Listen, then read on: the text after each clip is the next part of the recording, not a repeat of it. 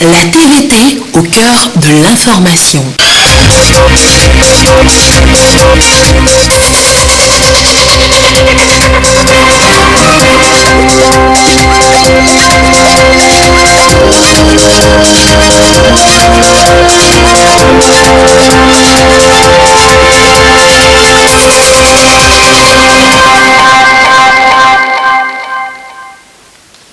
Bonsoir à tous, il est 20h. Dans l'actualité ce soir, cette nouvelle qui va réjouir les équipages des bateaux au port autonome de Lomé. Le Togo va faciliter le transport maritime. Comment cela va se faire? Les explications tout à l'heure dans ce journal. Également, dans cette édition, on fait le bilan ce soir. 11 ans de cantine scolaire, des repas chauds chaque jour dans nos écoles primaires publiques. Qu'est-ce que cela a apporté aux écoliers, à l'enseignement au cours primaire? On verra le tableau depuis 2008. Et puis une église attaquée en pleine messe à Dablo au nord de Burkina, suivie d'une semaine particulièrement dramatique pour l'église catholique au Burkina Faso. L'attaque des églises, est-ce le nouveau mode opératoire des terroristes au Sahel? Nous posons la question ce soir. Voilà, madame, messieurs, le sommaire, bienvenue, voici le 20h. Qu'a dit le président ghanéen au président Faure Gnassingbé? Nana Akufo-Addo a écrit au chef de l'État. Le message a été remis au président Faure Gnassingbé cet après-midi par le ministre ghanéen de la Sécurité nationale, reçu à la présidence de la République. Voici d'ailleurs sa déclaration au sortir de l'audience, des propos recueillis par Arnold Kidifou. Being to see His Excellency the President to deliver a message. Je suis venu transmettre le message du président du Ghana à son homologue du Togo, Faure Gnassingbé. Comme vous le savez, depuis plusieurs années, nos deux pays travaillent ensemble. Et c'est dans ce contexte que les deux chefs d'État se consultent régulièrement sur des questions d'ordre sécuritaire et autres sujets d'intérêt commun. C'est ce qui justifie ma visite ici pour transmettre le message de son homologue du Ghana. I'm doing the same thing this evening, bringing a message from the President of Ghana to the President of Togo. Et voici donc là la déclaration du ministre ghanéen de la Sécurité nationale reçue en audience donc par le chef de l'État cet après-midi. Je vous l'annonçais en titre tout à l'heure, c'est une bonne nouvelle pour les navires au départ et à l'arrivée au port autonome de Lomé. Le Togo va davantage faciliter le transport maritime. Comment cela va se faire et pour quel objectif? Eh bien voici les éclairages de Lucassi.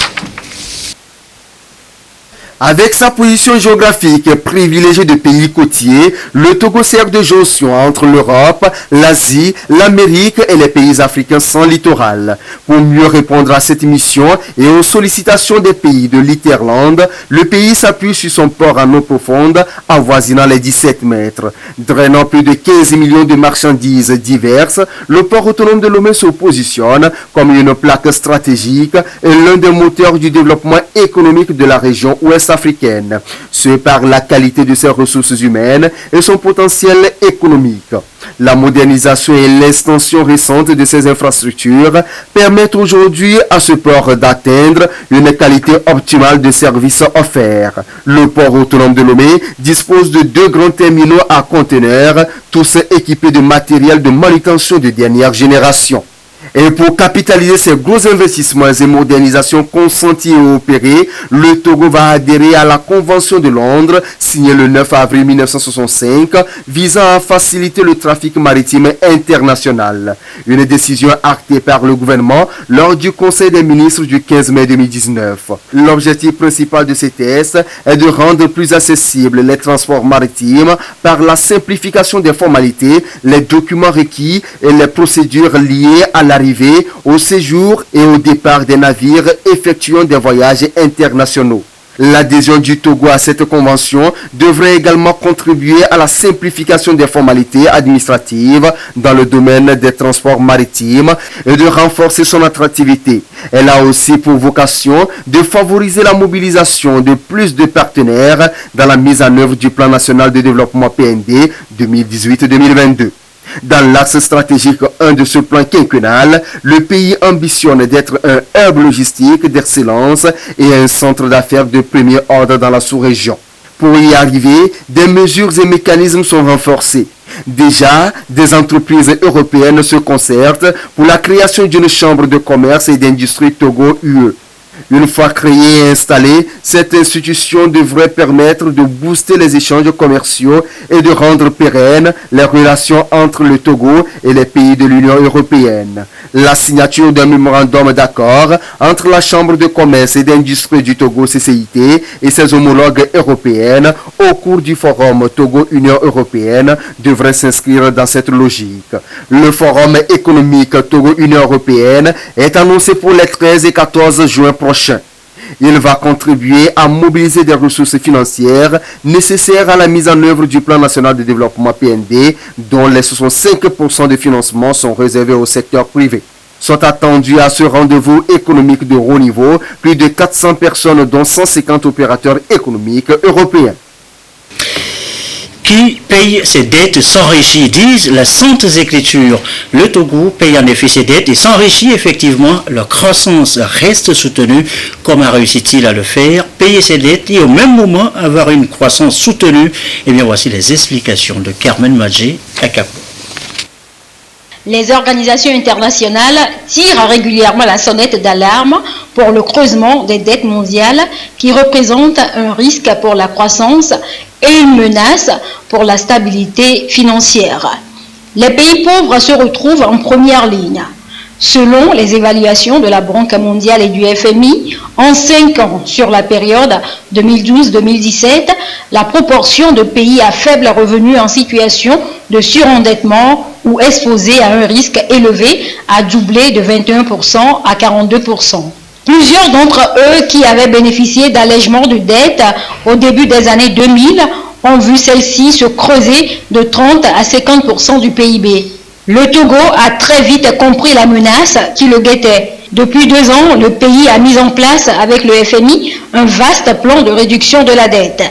L'effort de réduction de la dette se poursuit. Le taux d'endettement à fin mars 2019 se situe à 67,3% en dessous de la norme communautaire UEMOA qui est de 70%.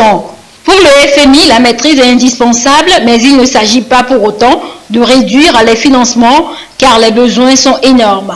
Ils sont évalués à 15% du PIB dans les pays à faible revenu pour répondre aux services de base, santé, éducation et infrastructures prioritaires. Les pays emprunteurs doivent contribuer en améliorant la gestion de la dette et en mobilisant plus de ressources internes. Une meilleure gestion de la dette passe aussi par plus de coopération internationale. Autre sujet évoqué, Salem, mercredi dernier, un conseil des ministres, les cantines scolaires. Je vous l'annonçais aussi en titre, un repas chaud pour les écoliers au Togo. C'est effectif depuis 2008. Cela fait maintenant 11 ans. Les résultats sont jugés bons, satisfaisants. Qu'est-ce qui a été fait concrètement sur le terrain? Qu'est-ce que le repas chaud à l'école a apporté de plus aux élèves? Eh bien, on voit ça dans ce document de Augustin Kossi. Le programme d'alimentation scolaire au Togo, une bouffée d'oxygène à la scolarisation des enfants. Cette composante des piliers sociaux mise en œuvre depuis 2008 a offert à ce jour 82,5 millions de repas chauds aux élèves. L'effectif des bénéficiaires s'élève à 91 666 élèves répartis dans 304 écoles sur toute l'étendue du territoire. Le taux de couverture est estimé à 6% des effectifs des écoles primaires publiques. Les cantines scolaires installées ont induit un effet positif sur les indicateurs scolaires et l'état nutritionnel des écoliers. Ces déjeuners offerts essentiellement dans les localités reculées ou dans les zones moins desservies ont permis d'améliorer significativement les résultats scolaires. Le programme a aussi contribué à une augmentation des effectifs scolaires d'environ 9,4% dans les écoles bénéficiaires contre moins de 7,5% dans les établissements non desservis. Selon l'Organisation mondiale de la santé, 2 tiers des besoins en alimentation des écoliers ont été couverts par ce programme. D'une localité à une autre, surtout dans les zones rurales, l'envie d'aller à l'école renaît chez les enfants. Le taux de la déperdition scolaire a sensiblement chuté. C'est donc Un engagement qui trouve sa justification dans les orientations définies par les chefs d'État africains en juin 2014 et janvier 2016. Des déclarations qui ont fait de l'alimentation scolaire la priorité des priorités. 11 ans après la mise en œuvre de ce programme au Togo, les résultats sont jugés satisfaisants. Outre les mesures destinées à mobiliser le secteur privé et d'autres partenaires, les ministères impliqués plaident pour la mise à disponibilité des ressources financières de l'État pour faire plus, ce qui balisera la voie à l'atteinte des ODD 1, 2 et 4 à l'horizon 2030. Assurer une bonne santé et le bien-être des enfants et une éducation de qualité à tous. Ça va vite, ça va même très vite. À peine avons-nous en effet le temps de nous habituer à un nouvel appareil, téléphone, ordinateur, que d'autres plus performants, plus modernes, nous envahissent. L'OIF, l'Organisation internationale de la francophonie, invite les jeunes entrepreneurs togolais à s'intéresser plutôt aux données, aux informations, ces sources d'opportunités d'affaires à ne pas rater. Chassim Nabaga. Amener cette trentaine de jeunes Togolais férus des nouvelles technologies à s'approprier les opportunités liées au développement du marché des données numériques massives, les fameux Big Data, et surtout à projeter leur avenir professionnel dans ce secteur, telle est l'ambition de cette session de formation. C'est la première étape d'un vaste programme de sensibilisation des acteurs du numérique sur les technologies émergentes initié par l'Organisation internationale de la francophonie OIF au profit de 5 de ses pays membres, notamment le Togo, le Gabon, le Madagascar, le Sénégal, la Roumanie et l'Égypte. Les données massives, ce sont les données que nous produisons, nous tous, sur la planète entière.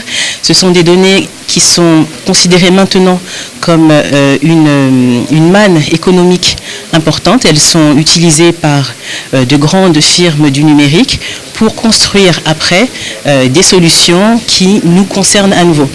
Et on sait qu'en Afrique, l'utilisation du téléphone portable génère énormément de données, notamment.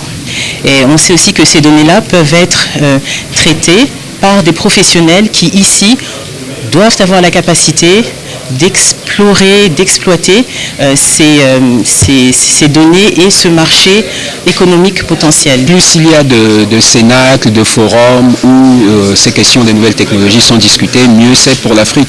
Parce que le problème aujourd'hui, c'est que ces nouvelles technologies, entre guillemets, engagent tout le monde et engageront plus l'Afrique parce qu'il y a beaucoup un aspect de données. Et donc il est temps que l'Afrique se positionne, se questionne par rapport à ces enjeux. Les échanges vont porter sur la mise en application des modèles d'affaires basés sur l'intelligence artificielle et le big data et bien d'autres modules. On va commencer effectivement plus particulièrement à parler des tendances technologiques et des projets des participants pour savoir un petit peu effectivement de quels sont les projets des participants, qu'est-ce qu'ils font, quels sont les enjeux et les problèmes des participants. Le deuxième jour, on va parler plus particulièrement du modèle start-up qui est un modèle d'entreprise spécifique. C'est on va dire un sous-modèle des entreprises innovantes. On va parler également de l'accès au marché du numérique et le mercredi, on va parler plus particulièrement de l'intelligence artificielle qui aujourd'hui révolutionne le monde entièrement et accessible à l'ensemble du monde. Et le jeudi, on finira effectivement par un retour d'expérience de 2 start-upers qui viendront justement des start-upers locaux. Le directeur régional de l'OIF et le secrétaire général représentant le ministre des Postes, de l'économie numérique et des innovations technologiques ont salué cette initiative qui vise à baser le développement social et la transformation structurelle des pays à revenus intermédiaires sur les technologies émergentes et l'innovation. Le Togo, qui ambitionne de se positionner comme un hub logistique et technologique d'excellence et un centre d'affaires de premier ordre dans la sous-région, se réjouit tout particulièrement de cette formation qui renforce les compétences de son écosystème numérique. L'Organisation internationale de la francophonie qui appelle par ailleurs à reconstruire le centre de lecture et d'animation culturelle de Pia au Nord Togo. L'OIF était sur place pour un don. Le récit de Nestor Moussou. Remise symbolique de biens culturels au centre de lecture et d'animation culturelle de Pia. Le don intervient dans un contexte difficile pour ce CLAC. Ces locaux sont dans un état de délabrement avancé. En faisant ce don, l'OIF a pensé à la construction d'un nouveau bâtiment pour abriter le centre. L'Organisation internationale de la francophonie souhaite la contribution d'autres bonnes volontés. Le centre de lecture et d'animation culturelle de PIA fait partie du réseau des centres de lecture du Togo qui devraient bénéficier de biens culturels. Nous sommes venus pour non seulement faire ce don, mais pour attirer l'attention sur l'état de ce centre sur lequel nous souhaitons mobiliser les bonnes volontés, à commencer par nous-mêmes, l'OIF et tous les ressortissants de PIA et les amis de PIA, tous les partenaires, pour relever le défi de reconstruire ce centre. Le CLAC de PIA est de première génération. Depuis 2016, l'OIF a décidé que les CLAC de ce type épousent les nouvelles technologies et le numérique pour passer à l'étape de la deuxième génération. Les CLAC de deuxième génération, c'est des CLAC qui intègrent le numérique.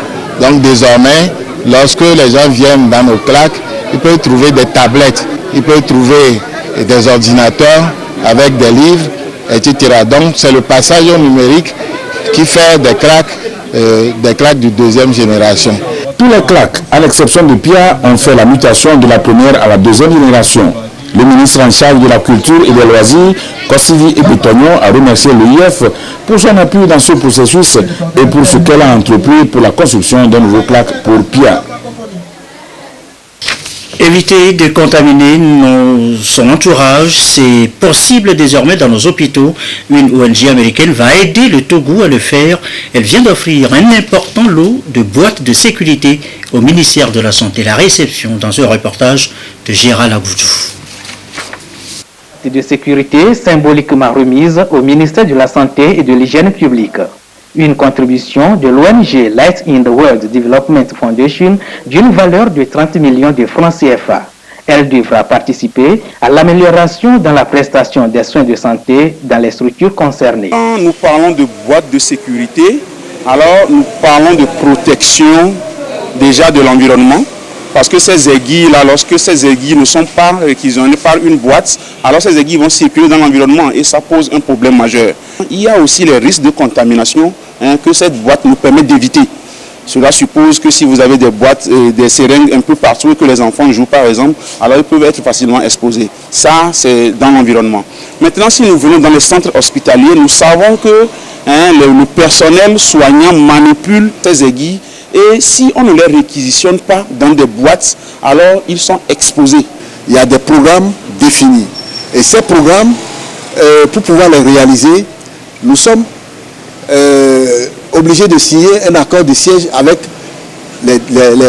chaque État. Ici, par exemple, au Togo, nous avons déjà signé un accord de siège avec le ministère de la Santé et de l'Hygiène publique. Dans son rôle principal de conception et de mise en œuvre des programmes d'hygiène en milieu de soins, la division de l'assainissement de base peut se réjouir de ce don. La biosécurité est garantie sur les lieux de travail. Pour s'approvisionner, nous avons des difficultés sur le marché. Et donc nous avons fait cette répartition. Les 25 000 sont repartis sur l'ensemble du territoire. Donc nous avons mis l'accent sur les CHR, nous avons mis l'accent sur certains hôpitaux qui disposent des incinérateurs conventionnels. Et donc par conséquent, une fois la boîte remplie, on envoie dans l'incinérateur pour incinérer et que l'incinérateur respecte les normes de rejet. Il n'y a pas de fumée, il n'y a pas de contamination. Donc nous tenons à remercier l'ONG Light World Foundation qui vraiment a pensé au ministère de la Santé. Fondée en 2010 aux États-Unis d'Amérique, l'ONG Light in the World Development Foundation œuvre dans le développement socio-économique.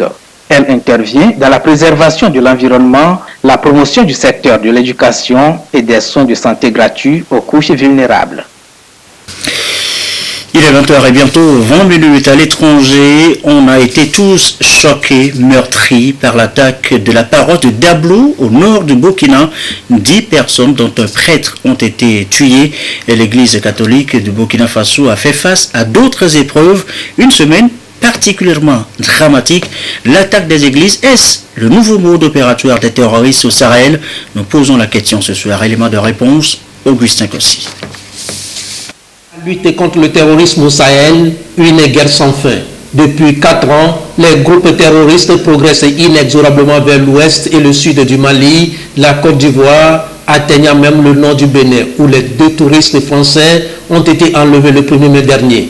2 jours après leur libération avec 2 autres otages par les forces spéciales dans le nord du Burkina Faso, 6 chrétiens, dont un prêtre, ont été tués pendant une messe à Dablo dans le diocèse de Kaya. Le lendemain, des individus armés ont enlevé et exécuté 4 chrétiens alors qu'ils effectuaient une procession mariale à Sinteya. Le 14 mai, dans la région de Tillabéri, à l'ouest du Niger, une colonne militaire des forces armées a été prise en partie par des groupes terroristes, 28 soldats morts. Un peu plus tôt, 2 prêtres de la conférence épiscopale ont été enlevés et l'on dénote toujours sans nouvelles d'eux. Le 26 avril, 6 personnes avaient été tuées lors de l'attaque d'une église protestante de Silagadi dans le nord du Burkina Faso. À la mi-mars, l'abbé Joël Youbaré, curé de Dibo, a été enlevé. Le 15 février, le père César Fernandez, missionnaire salésien d'origine espagnole, a été tué dans le centre-est. Plusieurs imams ont été également assassinés dans le nord. L'attaque des églises fait partie donc désormais des modes opératoires des terroristes dans le Sahel. Peut-être pour faire monter les tensions ethniques et religieuses ou encore déstabiliser les pays et mettre à mal le vivre ensemble. Ces attaques répondent sans doute à une stratégie visant à créer des tensions religieuses dans une zone où la cohabitation entre religion et ethnie était jusque-là harmonieuse. Les menaces deviennent récurrentes et s'étendent d'un pays à un autre, du Mali au Burkina Faso, au Niger, en passant par le Bénin, Ghana et le Togo. Toute l'Afrique de l'Ouest est en proie à des menaces et risques terroristes. La France décrète une nouvelle zone rouge fortement déconseillée à ses ressortissants. Dans cet espace de 5 millions de kilomètres carrés, toutes les grandes puissances du monde sont représentées. Avec 4500 soldats dans le Sahel, la France intervient au Mali, mais aussi en Mauritanie, au Burkina Faso, au Bénin, au Niger et au Tchad. Les États-Unis, quant à eux, sont présents au Niger et y disposent d'une base militaire. Objectif, combattre et éliminer les groupes terroristes. Mais un combat qui se heurte de plus en plus à un conflit d'intérêts. À qui profite alors le crime? Une formation des armées nationales à la nouvelle donne s'impose. Le risque est partout, nul n'est à l'abri. La vigilance doit être de mise. Également dans l'actualité ce soir, c'est anniversaire, les 10 ans de l'ONG Nouveau Droit de l'Homme, un jubilé d'étain célébré samedi à Lomé. Au gâteau d'anniversaire, il y a eu échange avec des organisations sœurs de défense des droits de l'homme. Le compte rendu, Ulrich Amégan, Ferdinand Jassoua. Un gâteau symbolique pour marquer les 10 ans de l'association Nouveau Droit de l'Homme, section Togo. 10 ans d'engagement et de défense des droits humains, du chemin a été fait. Au cours de ces 10 ans, nous avons essayé d'apporter notre modeste contribution aux personnes en conflit avec la loi. À Tchévier, nous avons distribué, lors de la journée des prisonniers, des effets vestimentaires à nos frères et sœurs qui sont là-bas. Et au-delà de cette assistance aux détenus, le Nouveau Droit de l'Homme s'est lancé dans une véritable campagne de vulgarisation et de sensibilisation de la Déclaration universelle de 1948. Et nous avons procédé à la remise et à l'affichage dans les stations radio. Un satisfecit à en croire les responsables de l'association, mais d'autres défis pointent également à l'horizon. Nous voulons, dans le Grand Lomé, terminer avec les affichages dans les centres, dans les stations radio, télévision, aller dans les commissariats, les gendarmeries et à long terme dans les établissements scolaires. C'est notre projet, notre premier agenda. MDH aussi s'apprête à aller observer les élections qui se profilent à l'horizon. Et MDH est prêt, comme ce sentinelle de la cité, à rougir, à bondir à chaque fois qu'il sera porté atteinte la cause sacrée de la liberté et de la dignité. La célébration de ce jubilé d'étain a été marquée par des échanges sur les maux qui minent le secteur des droits de l'homme au Togo. Occasion également pour les associations sœurs de féliciter la section Togo de l'ONG Nouveau Droit de l'Homme pour l'ensemble de son œuvre. Des certificats ont été décernés à quelques personnalités présentes qui se sont illustrées en matière de promotion des droits humains.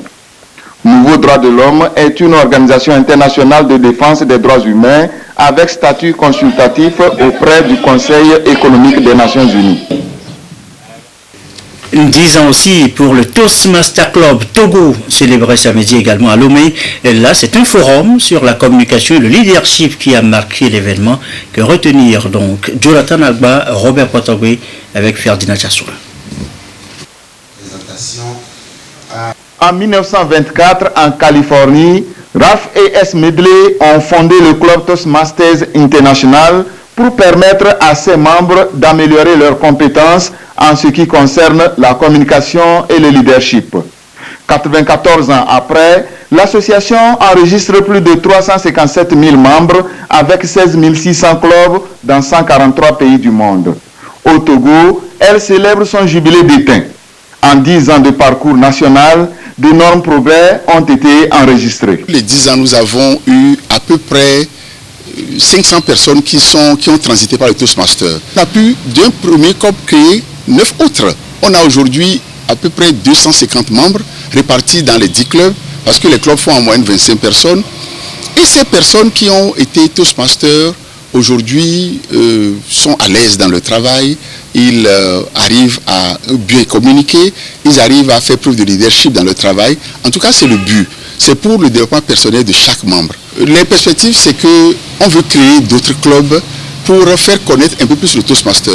Disons qu'au Toastmaster, on a des clubs qu'on appelle des clubs d'entreprise. Donc actuellement, on a 2 clubs d'entreprise. On a créé un club à la clinique Biassa, à Deloitte, et pour l'année à venir, 3 ou 4 nouveaux clubs, pour qu'on passe à 15 clubs. Et notamment, on envisage de créer un club encore à l'intérieur, ce serait certainement Palimé et Atapamé. Pour ce 10e anniversaire, les Toastmasters du Togo veulent promouvoir la communication et le leadership pour créer des entreprises innovantes. Les membres Toastmasters ont des entreprises ou travaillent dans des entreprises. Il faudrait qu'à travers le leadership, on puisse faire preuve de communication et d'innovation. Parce qu'on sait que le monde évolue avec des innovations. Donc nous avons choisi le thème de l'innovation cette année pour pouvoir partager aux membres et puis à nos invités cette démarche d'innovation permanente qui permet d'aller chaque fois de l'avant. Les participants à ce forum ont bénéficié des expériences du secteur industriel et de financement innovant de Foufou Mixte, Tanko Timati et de l'ANPGF. Le Togo compte 10 clubs actifs, dont 8 à Lomé, 2 à Tchévié et à Kara. Et voilà, le samedi, c'est le rendez-vous des 10 ans. 10 ans aussi pour la coopérative d'épargne Millennium. Mais ce qu'on retient, eh bien, c'est l'assemblée générale de cette coopérative. Et le bilan a été fait à cette occasion. Reportage de Luc Assis. 10 ans au service du bien-être social de ses clients et prospères, la coopérative d'épargne et de crédit d'entrepreneuriat féminin Millennium Microfinance jubile. Des années au cours desquelles l'institution financière s'est employée à soutenir et à accompagner les jeunes entrepreneurs, les femmes dans leurs activités génératrices de revenus et toutes les personnes se lançant dans une initiative novatrice. Et ce, à travers l'octroi de crédit, les cautions sur marché et des conseils. Le bilan est satisfaisant. C'est vrai que c'est notre assemblée générale ordinaire, mais nous l'avons couplé avec les festivités de 10 ans.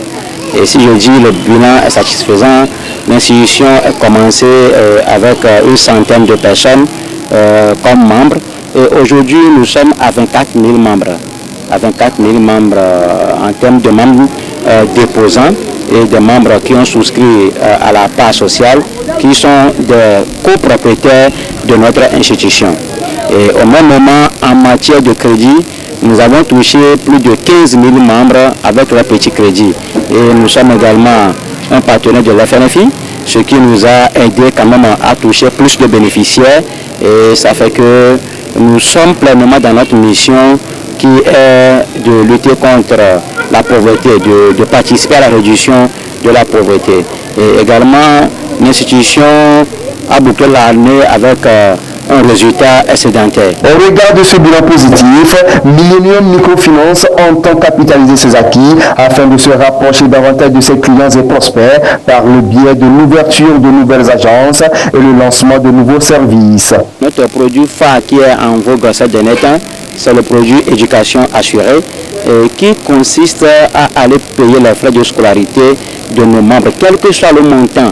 Parce que vous savez, aujourd'hui nous avons des écoles universitaires et qui coûtent cher et les membres n'ont pas la possibilité de verser le collège sur toute la totalité.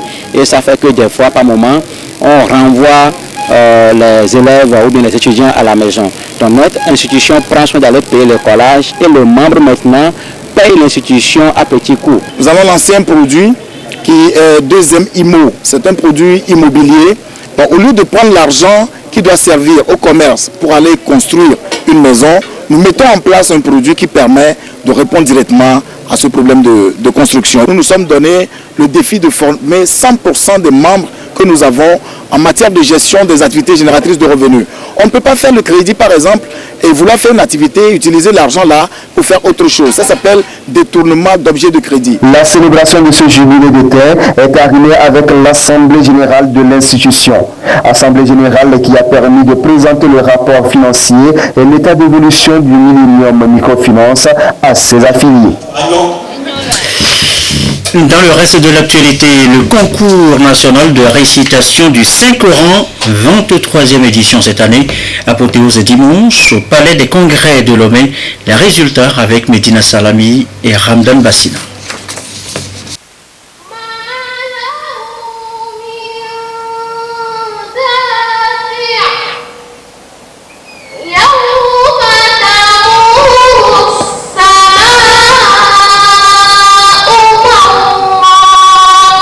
C'est le rendez-vous annuel le plus attendu chez les élèves et étudiants musulmans au Togo, le concours national de récitation du Saint-Coran. De 400 candidats à la phase préfectorale, 25 ont été retenus pour la grande finale. La mémorisation, la grammaire coranique, la voix, la ponctuation sont les critères d'évaluation par les jurys à cette compétition. Dans la catégorie mémorisation du Coran en entier, le plus attendu de toutes, Ibrahim Idrissa, de nationalité béninoise, remporte le premier prix. Une enveloppe d'1 million de francs CFA, en plus d'un pèlerinage, tout frais payé à la Mecque. فلا تك في مرية منه إنه الحق من ربك ولكن أكثر الناس لا يؤمنون. Je suis tellement ému, je suis tellement content du fait que Allah subhanahu wa ta'ala il m'a facilité. Et c'est lui qui facilite. Et tous qui sommes ici, c'est des gens qui savent. Mais c'est Allah qui donne à qui il veut. Donc pour cela, je lui rends grâce. Et je prie Allah qu'Allah bénisse le Togo. Qu'Allah bénisse le Togo, qu'Allah fasse de Togo un pays de référence en matière de Coran. Et qu'Allah met sa bénédiction ici et dans ce pays et qu'il bénisse tous les filles et fils de Togo. 23 ans que ce concours a vu le jour et le thème de cette année est le Saint-Coran, un code de vie pour les hommes. Un thème qui appelle les fidèles au bon comportement et de vivre ensemble prôné par l'islam. C'est la satisfaction parce qu'il faut savoir rendre grâce à Allah subhanahu wa ta'ala. Nous sommes arrivés aujourd'hui à la grande finale. Vous savez, le chemin est long, hein? Et nous sommes à la 23e édition.